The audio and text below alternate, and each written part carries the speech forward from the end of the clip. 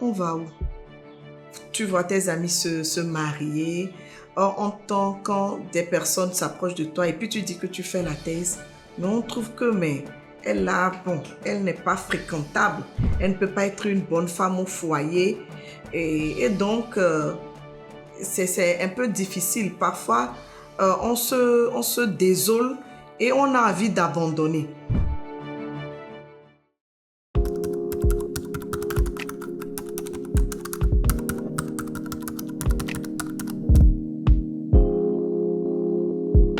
Nous sommes inscrites naturellement en thèse et puis en 2016, nous avons eu la chance d'être recrutée comme attachée temporaire d'enseignement et de recherche à l'université de Kara. Et c'est comme ça a commencé l'aventure.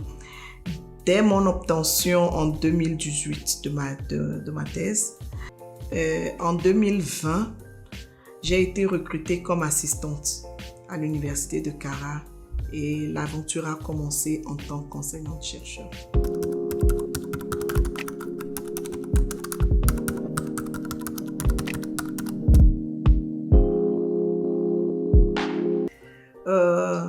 Comme on dit, faire une thèse, c'est pas facile du tout. Il faut beaucoup d'abnégation, beaucoup de discipline. Et ce parcours n'a pas été du tout facile. Mais ce que nous retenons à la fin, c'est que nous sommes sortis grandis et nous avons appris à travers ce parcours l'humilité. C'est ça que moi j'ai retenu en traversant ce chemin tortueux jusqu'à l'obtention du doctorat.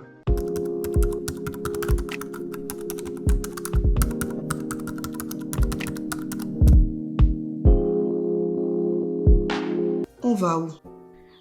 Tu vois tes amis se marier. Or, quand des personnes s'approchent de toi et puis tu dis que tu fais la thèse, mais on trouve que, mais elle n'est pas fréquentable.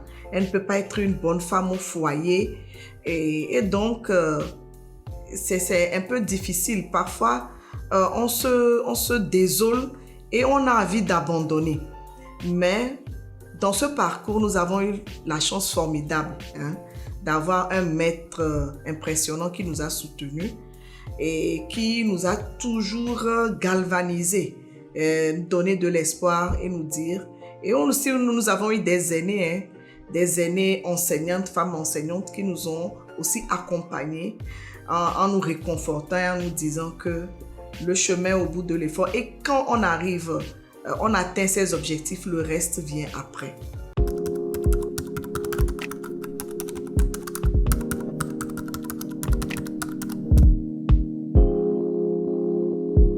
On l'entend souvent, qu'on n'est pas mariable, qu'on est des femmes impolies, il y a beaucoup d'histoires qui tournent autour de ce sujet. Et la preuve, je venais de dire, lorsque tu traverses ou bien tu prends ce parcours-là, quand les hommes t'approchent, ils te draguent à un moment donné, lorsqu'ils savent que tu es en train d'aller sur ce chemin, ils se disent « Ah, mais celle-là, un temps, tu n'entends plus parler d'eux. » Et un jour, quand tu le vois, mais tu dis « Mais qu'est-ce qui se passe ?» Il dit que vraiment, vous les femmes qui allez à l'école, vous êtes un peu compliquées. Quand l'homme dit 2 mots, vous allez dire 10 mots. C'est ce qu'on vit. C'est ce que la femme qui va dans les études supérieures vit. Mais moi, personnellement, j'ai constaté que ce chemin-là m'a appris à être humble et à mieux comprendre, à plus écouter.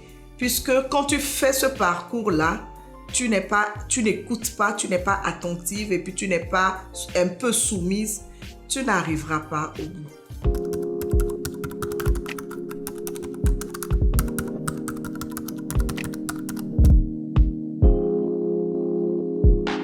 Non, pour moi, j'aime ce métier parce que c'est un tremplin pour moi de dire ce que je pense, de retracer le monde à ma manière au fait. je me suis dit, en embrassant cette route-là, nous aurons un impact sur la jeunesse, n'est-ce pas? Pour leur donner ce que nous pensons, leur faire partager nos idéaux, pour qu'on puisse traverser ensemble cette société-là.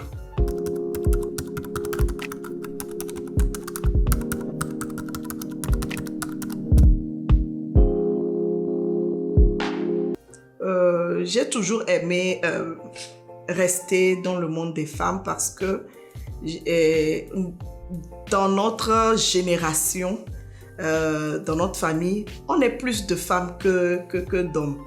Et donc, rester entre femmes, on a fait beaucoup de choses ensemble. Et j'ai constaté qu'entre femmes, quand on est solidaire, on se soutient mutuellement, on fait d'énormes choses. On peut déplacer des montagnes.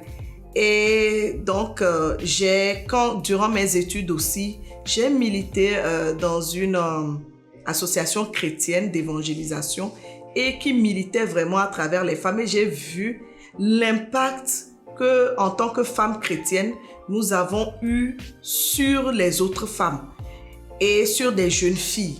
Donc, quand j'ai embrassé cette carrière-là d'enseignante, je me suis dit, il faille que je partage cela avec mes petits frères et mes petites sœurs. Parce que pas seulement les filles, je ne m'adresse pas que seulement aux filles, mais pour que le monde puisse changer réellement, véritablement, il faut faire participer les hommes.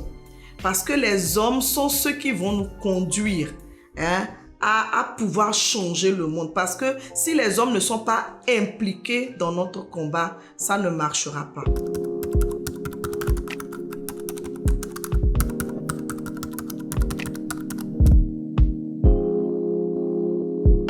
La première fois devant les étudiants, toujours, lorsque nous abordons une foule ou un public, on a toujours ce petit stress.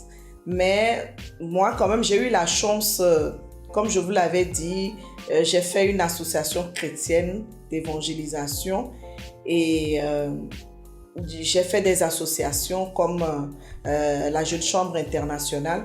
Donc, j'ai pris très tôt l'habitude de parler devant un public. Donc, ça n'a pas été trop difficile pour moi de pouvoir m'exprimer devant un public.